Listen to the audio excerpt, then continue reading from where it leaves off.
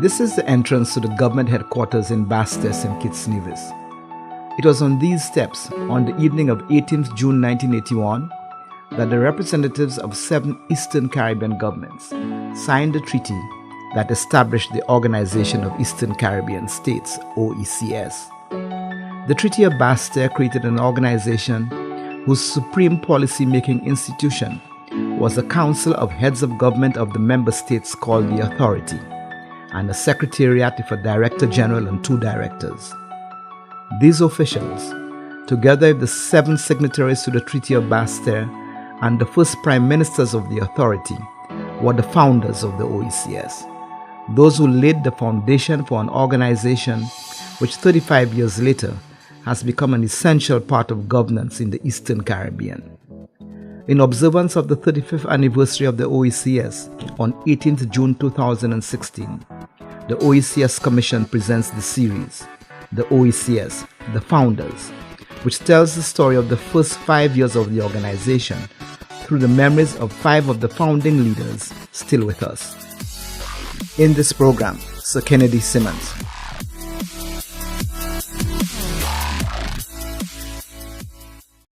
Sir Kennedy Alphonse Simmonds, born 12th April 1936, was the head of government of St. Kitts and Nevis from 21st February 1980 to 1995, and so represented his country on the OECS Authority during that 15-year period.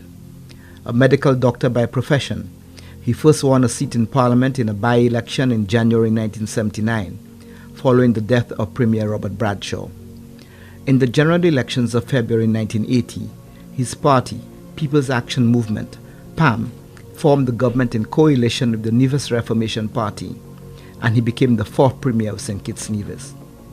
He remained head of government until 1995, when PAM lost the general elections that year. He retired from active party politics in 2000, but went on to serve as Director of Medical Services in Anguilla until his retirement from public life in 2013. Sir Kennedy was the country's first Prime Minister at independence in 1983. He was knighted on 16 September 2004 and was declared a national hero on 19 September 2015. It was Sir Kennedy who, as Premier of St. Kitts Nevis, hosted the signing ceremony of the Treaty of Basseterre on 18th June 1981. He explained why he chose a public outdoor setting on the steps of government headquarters rather than an indoor closed session for the historic inauguration of the OECS. I've always felt that one of the biggest impediments to regional integration, whether in the form of one government or just more efficient functional cooperation, is the skepticism of people in individual territories about it. I was a student in Jamaica at the time of the federal elections. It was the first time I'd ever voted in my life. It was at the federal elections, and I voted as a student in Jamaica. And to me, at that time, emotionally and this was the big thing. And it was a big disappointment, when it fell apart. But I think that a big issue was the doubt and the skepticism in people's minds in individual territories as to whether this was going to be the best thing for not just for the region, but for each people in each individual territory. And that skepticism, I think, didn't dissipate completely. I don't know if it had dissipated completely at all, but it was always there as a specter looming over the whole concept of. So when I came in, sort of from that background, my thinking was, look, we got to get people interested, maybe even enthusiastic about the concept. I think in my remarks at the opening, at both the WISER meeting and the opening here, I made that point. And so it was, in a sense, symbolic, but to say to people, look, we are doing this openly. You can see what's going on. Most of the times, all these treaties and protocols that were signed before, doors, right. as soon as the meeting or the council meeting was finished, the officials would bring the documents, we'd sign them up, photographs might be taken, maybe even a little TV, and then that's just circulated, and that's the end of that. But people were out there, they saw the leaders coming, they were able to like cheer and applaud the leaders. And in fact, I remember Maurice Bishop was virtually Maurice mobbed. Bishop was the most popular person at the time, and especially among young people. I mean, the whole concept of the Grenadier Revolution, I think, would at that time would have been resonating among the younger generation, right? And perhaps had it not gone so, that may have continued to resonate. But the subsequent events, I think, caused people to indulge more in a bit of sober reflection. And it changed people's thinking about what was going on in Grenada. So you were satisfied that the opening ceremony achieved what you wanted in terms of the public it began began a process, and there were other things, other aspects of the OECS one that helped to develop that process. I mean, the sports desk. The sports desk, to me, was one of the most important organs within the OECS, because I mean, it helped to the younger people in particular, and people in general, to form tremendous friendships throughout the region. Right? And it brought the young people together, and the various competitions became very popular throughout the OECS regions. So you would ascribe the success not just to the role of the then director at Spera, but the actual fact of people competing with each other for the first time within the OECS. Yes, and within the OECS, yes, and moving back and forth. Right? I think that there were tremendous friendships formed during that time. One example of successful institution setup was the pharmaceutical, the drug service. Yes. Can you recall what led to setting up of ECDS, as it was then called at the time? And now that it has worked, do you recommend it as a model which can be followed in other functional areas? Yeah, with the ECDS, I think it was really a very easy decision to come to, because back then, as now, the cost of healthcare was, continued to escalate, and we in the OECS have very little control over a lot of economic issues. This is one of them. The big companies, the big drug companies all over the world, even some of them, say, in the wider CARICOM, they develop products, and they set the prices with a view to recouping their investments, whether for research and development and so on. And we in the OECS we are simply users, consumers. But the issues that affect our people health-wise are the same as those that affect the people in the bigger territories that are closer to the sources of production. Right? The high blood pressure, the diabetes, the cancer, the obesity, all of these things affect us in equal measure. And so I think the concept was growing not only in the region but worldwide of the importance of generics in bringing down the cost of basic health care. Right? That was the worldwide people in the health field were trying to influence patients to look, you can get something which costs less, which is just as good, which has the same active ingredients and so on. And sometimes it took a while to influence people and to get people to accept that. But it was a worldwide trend, right, to move to generics.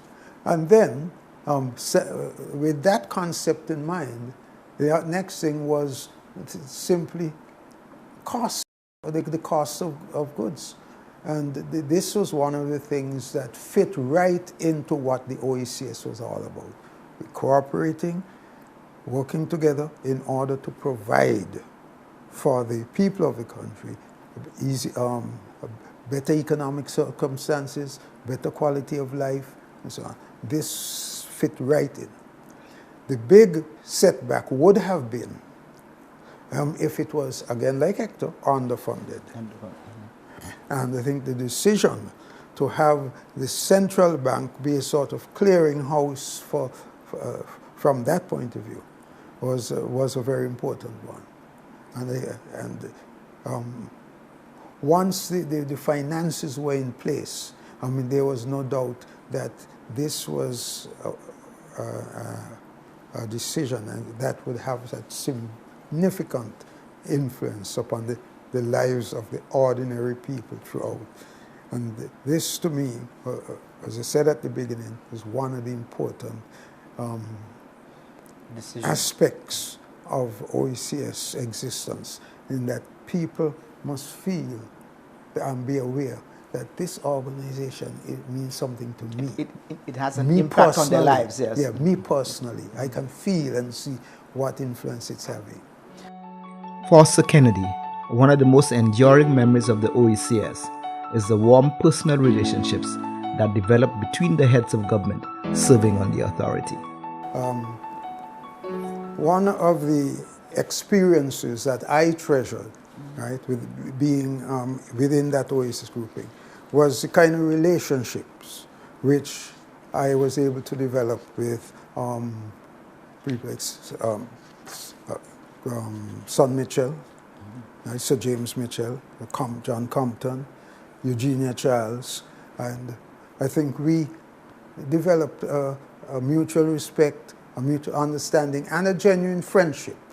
Right? I think that stood us in good stead over the period, over the years. Yes. As a matter of fact, so James and I still communicate from time to time. Mm-hmm. Well, in fact, we can as well go on now, as you raised it, to look at the way the authority operated. And you did say that there was a close relationship among all the heads.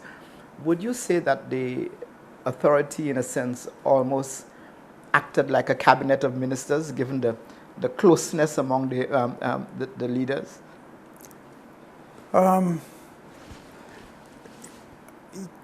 Yes and no. Yes, from the point of view that we tried to arrive at consensus by listening to different views, expressing different views, trying to see where we can together. No, from the point of view, in a cabinet of ministers, there's one who is more equal than others. Right? So at the end of the day, you could have within a cabinet of ministers, right, a decision being influenced by the head, by the prime minister, the one who is more equal than others. Right? So from that point of view, it didn't quite operate that way. But certainly because of the relationship, and there was a tremendous respect, I think, amongst the leaders of that group. I'm not suggesting by any means that it doesn't exist elsewhere, because I don't know. But I can certainly tell you that there was tremendous respect. Not to exclude Lee was either Prime Minister, at the time Deputy Prime Minister, and subsequently Prime Minister Lester Bird, John Osborne of Montserrat. John Osborne was a very close friend. I was going to ask you, who was closest to you in those days, in those first 5 years of the OECS among the leaders? John Osborne was probably my closest friend in the sense, too, that he was the longest standing. Right. I met John Osborne back in 1966, when 65, when our party was first formed. And he came here for some meeting, and he knew our party leader, Dr. William Herbert, very well, and because of that, through him, I met John Osborne. And from then, we maintained a very good relationship, right? So that I would say he was probably my longest standing friend within that grouping, and certainly the closest. But I certainly valued also the friendship that I've had with the prime ministers from the Windward Islands and their families. I mean, Lady Compton and I, we communicate from time to time, even now. You know. Did countries tend to have strong national positions on issues? You said they tried to reach consensus.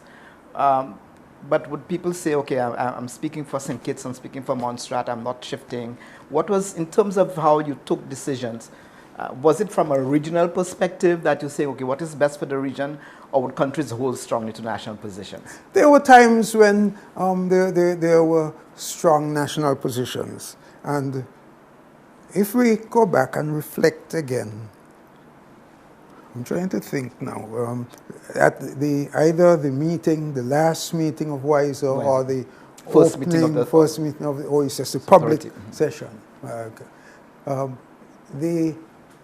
This issue, it was reflected in the speeches made. For example, I recall myself, either one of those meetings, making the point that when countries became independent, right, there was a tendency, based on history in the past, for nationalism, right, to become the major influence. And I was cautioning that if we're really going to build this, this regional movement, that we'd have to be very careful how we dealt with that issue. Right? So that, yes, from time to time, but I think, I'm sure you recall, there was a very strong feeling about making the OECS work. And that was my impression when I came in at the beginning, and all through, there was a strong feeling that we must find a way to make it work. Without a doubt, there was strong nationalism. Give you an example. In foreign affairs, some countries were with mainland China.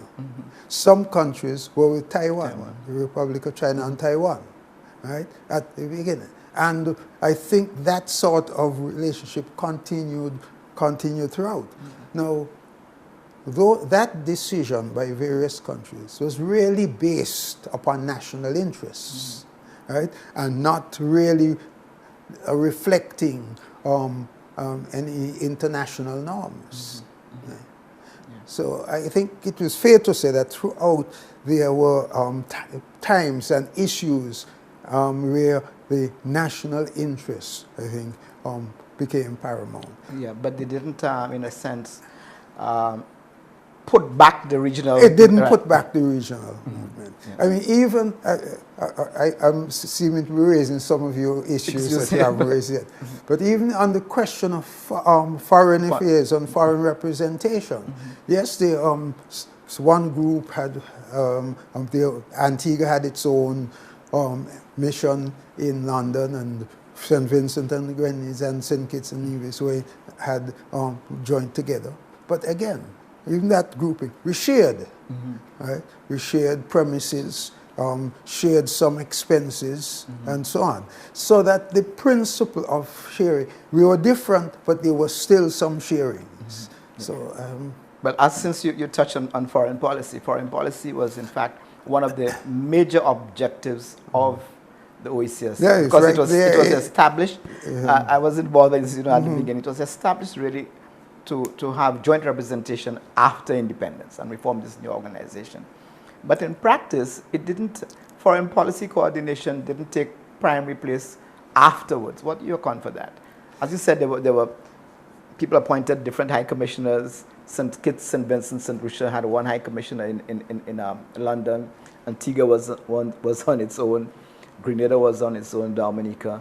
And there was never really meetings of foreign affairs officials that No. work out a foreign policy position for the OECS? For the OECS. I think there were several factors. I think one of them, too, was the CARICOM factor. As we presenting a face to the world. Yes, from the OECS point of view, we were trying to present a strong, unified position. But the same principle was operating within CARICOM, where we also want to try to present a stronger, unified position. Right? In our relationships with the United Nations, with the OAS. And one of the important considerations at the time was trying to get positions, to use our combined strength to get positions in these various organizations. Right? In a practical sense, we really were subsumed or consumed within the wider CARICOM position. I want to take you to what I consider to be probably in the first 5 years of the OECS is probably the greatest challenge and crisis, and that was the Grenada Revolution and the collapse of the Grenada Revolution, the assassination of Maurice Bishop. And before I ask you any questions about what I want to discuss today, the impact of that on the OECS, on the leaders, and what happened in intervention. But I want to read to you first 2 quotations from statements that you made at the time. You said in 1984, and that is after everything had happened, that new beginning, quote, that new beginning was not without its problems. There was even then unease that Grenada was represented by a revolutionary government. Coupled with that uneasiness, however, was a genuine concern for the people of Grenada, that they should be partners in the building of a regional identity.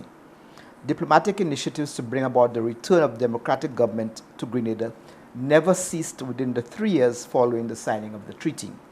And then when the revolution collapsed and OECS came together to try to right the situation, you said, "It is true, however, that adversity can bring people together, and the cooperation and the coordination within the OECS has never been at a higher level.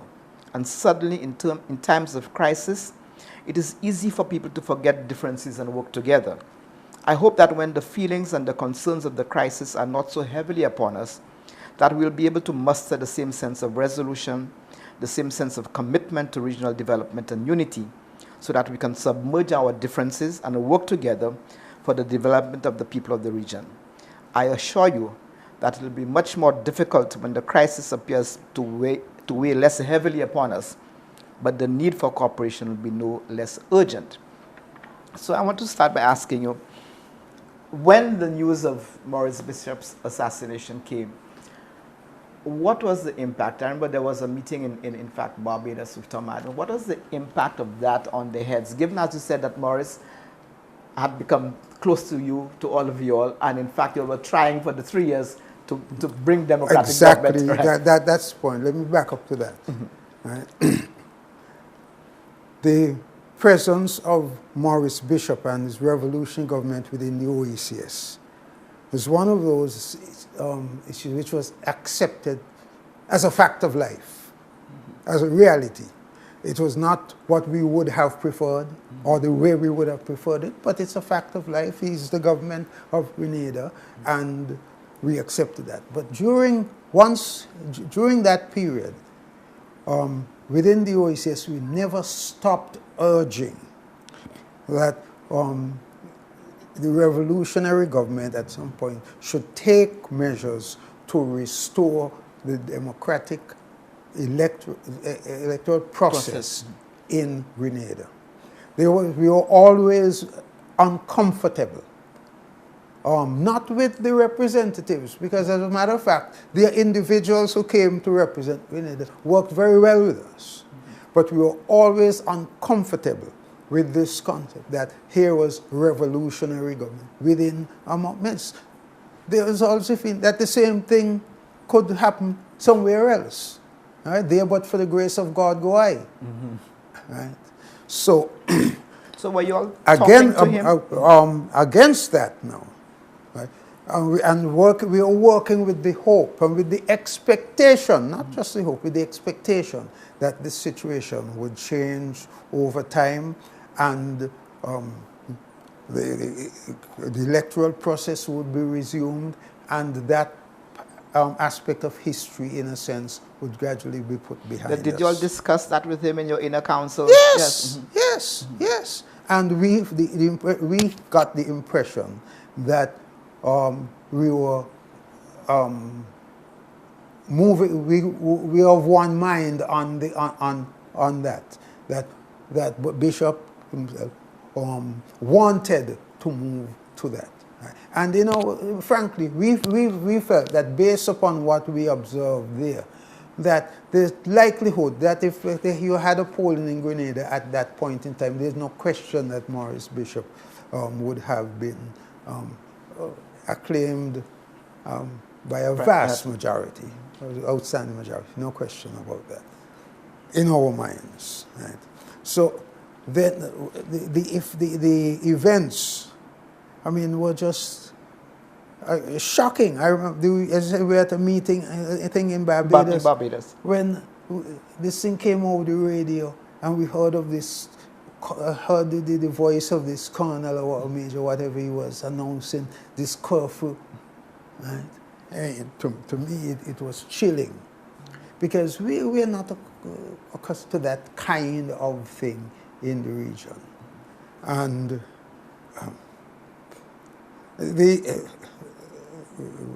because I suppose the fact that we were in Barbados was involved right at the very beginning in discussion in relation to that matter.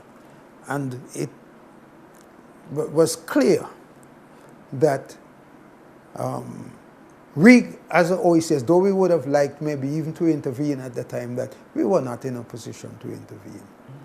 And if you go back, just to digress slightly at this point, the OECS last WISER meeting and the first OECS meeting, Lester Bird, one of the things he emphasized was the question of security of the region, and the need for us to come together, cooperate, and to develop security. The emphasis at the time was on the Coast Guard. That was the emphasis. Yeah. But the whole concept of... OECS had just moved to setting up this regional security system, the RSS, right? So I'm saying at the very beginning, that was... it was something which was front and center. Maybe the events in Grenada, the takeover by Bishop, might have influenced, not maybe, without a doubt, influenced the thinking in relation to this. But we were nowhere near being able. Right? Now, there's always a debate as to whether or not they should have involved the United States. There was always there would always be debate. And I think somebody said, whether you're right or wrong, the point is that we were decisive. The point is that we didn't feel that, well, that's their internal affairs. That's Grenada, their internal affairs.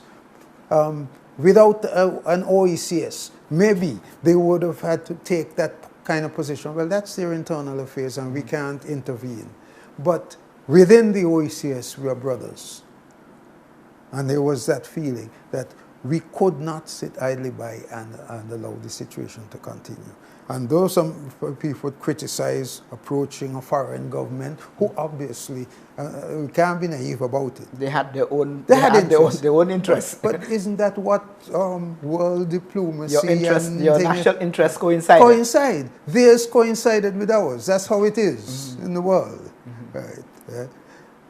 So, yes, we approached the United States, or the United States approached us. I mean, there was definitely a confluence of interest. But we held fast to the concept that the OECS as an organization, that we were all members of this organization, and that we felt that we had a right to intervene in Grenada and to try to right the situation.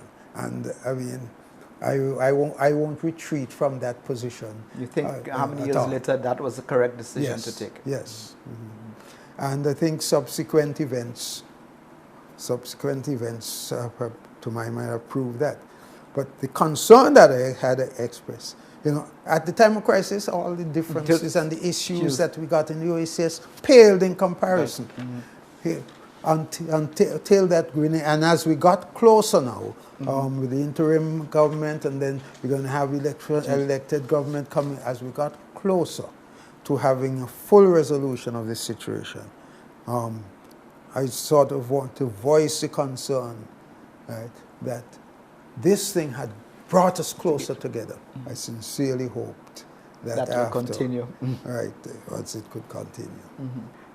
You spoke in that excerpt that I read of after the crisis, you hope that we'll continue to work together. And a few years later, in 86, just after the 5th anniversary of the OECS, we had this initiative for OECS Political Union, which started with Sir James Mitchell. And in Tortola, the call was made that let us work towards a political union within 2 years. In the end, the leewards pulled away, the windwards tried, and the whole thing collapsed. What do you ascribe, first of all, for the leewards not continuing with the initiative, the Tortola initiative, and for the whole failure of political union, despite the fact after Grenada, as you said, and as Lester said, they were so close together, and one felt that there was a sense of community after Grenada. That's the reality in political life, and I can think of some other examples throughout the region. But as a leader of politics, if at that point in time, right in the heart of it, perhaps one had said, look, this is what we have to do this in order to ensure the stability of the region, we might have had strong support from people in the region. But at the time afterwards, when the proposal for a political union came up, I personally felt that my own political survival could not be assured if such a decision was taken at that time. And I can't speak for others in the leaders. I don't know how Antigua's position was. But I did not feel that people in St. Kitts and Nevis were strongly enough behind the concept of forming a government, a regional government at that point in time. But don't you think an effort could have been made to bring them along? You said earlier on that your first vote, the first time you voted, was in the federal elections. And I was all gung-ho about the concept. And I was all gung-ho. And you were disappointed when the federation collapsed. Yeah, but so maybe I was like Eric Williams. But maybe I was like Eric Williams, 1 from 10 leaves not. Because at the time, Antigua was the first, and I think it had to do with the idea that was being pushed by James Mitchell of a unitary state. Although they were saying, well, the concept of what we're going to form is left to be discussed. And Verburd made a statement that he didn't want to be colonized anymore. And so Antigua pulled out, and then the leaders followed. Do you think there's a concept of the unitary state that put some people off? The unitary state, definitely, without a doubt, the unitary state at that point in time would not have taken.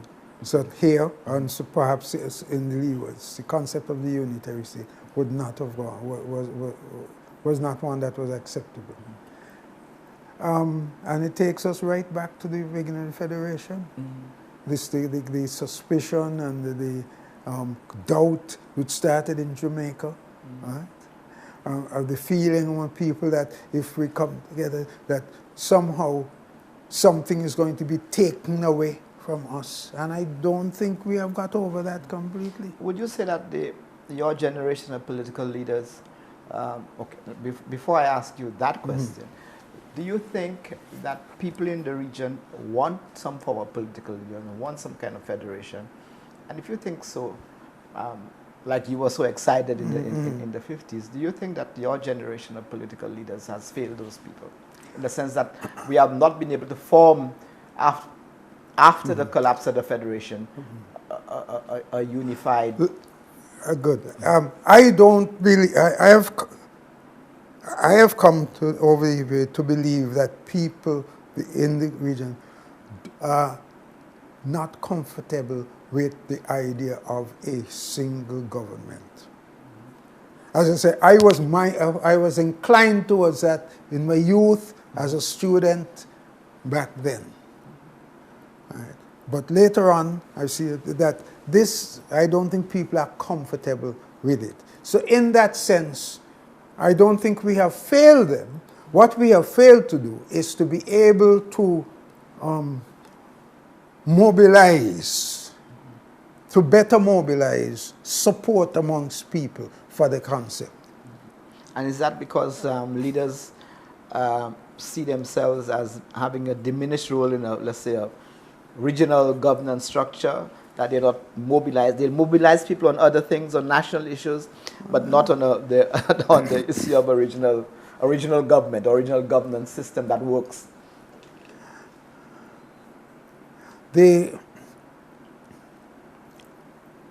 Unfortunately, it is a fact of life that when people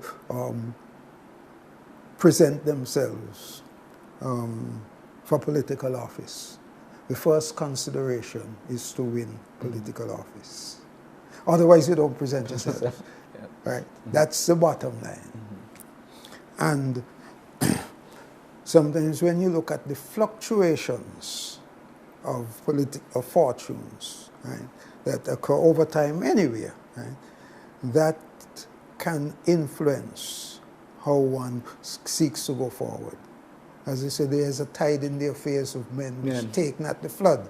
The thing is, in a region like us, the tide, for it to be taken at the flood, you have to have the tide in the various places, because if the tide in one place is up and it's down in the other place, you're not going anywhere, you see. And so the tide must be high in all places at the same time. The tide must be high in all at the same time.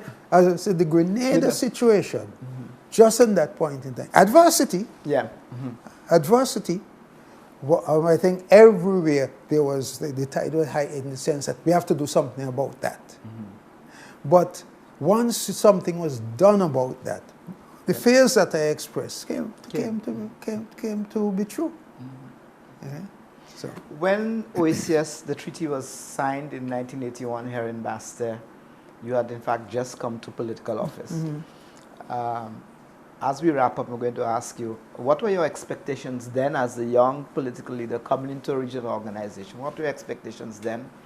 And by the time you left, probably 13 or 14 years later, were those expectations fulfilled? And as you look back now on the OECS, was what that happened in Basseterre on the 18th of June, 1981, was it worth it for the people of the region? Well, by the time I came into government, of course, I was a different person from the student in Jamaica. And what my expectations were that we would develop a stronger regional cooperation. We used the term functional cooperation a lot in those days. And I felt that that was our immediate objective.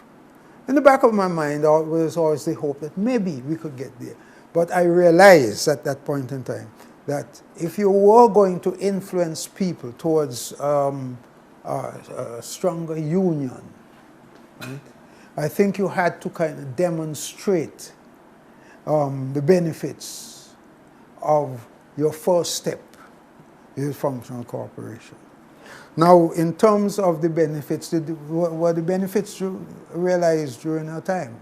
I think without a doubt. I mean, we've gone through some of them already in this interview. The central bank and its influence, even today, the effect that our currency, in spite of all the economic problems in the region and throughout the world, that is one of the things that has remained stable. The